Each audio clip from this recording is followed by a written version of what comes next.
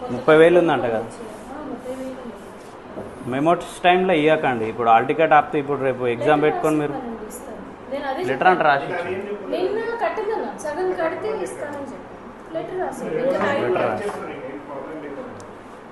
వాళ్ళు letter రాసిస్తారు.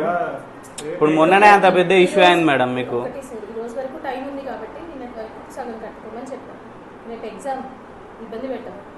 Letter రాసి ఇవ్వండి. ఏ రోజు పే చేస్తారో అదేదో నిన్ననే చెప్తే మేము ఇది దాకా వచ్చే పనే ఉండదు. కడతానన్నారు సార్, ఆయన 10,000 కడతానన్నారు సార్. మీరు అట్లా 20,000 కట్టుకోండి అంటే నేను 10,000 అయితే అది కూడా బయట నుంచి తెచ్చి కడతాను.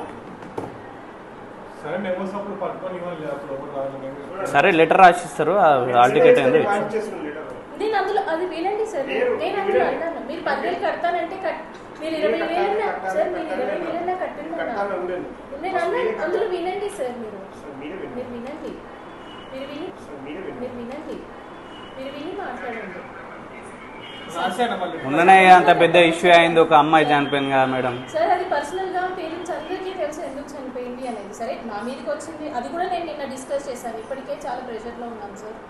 30,000 ఉంది, 15,000 ఉంది, 20,000 కట్టుకోండి. 25,000 అన్నాను, 20,000 అన్నా కట్టుకోండి చేస్తాను అని చెప్పాను. నేను 10,000 కడతాను బయట నుంచి తెచ్చుకోవాలి కూడా అంటే చూడండి సార్ ఎంతో కొంత ప్రయత్నం చేసి కట్టుకోండి అని చెప్పాను. మీరు వినండి కావాలి.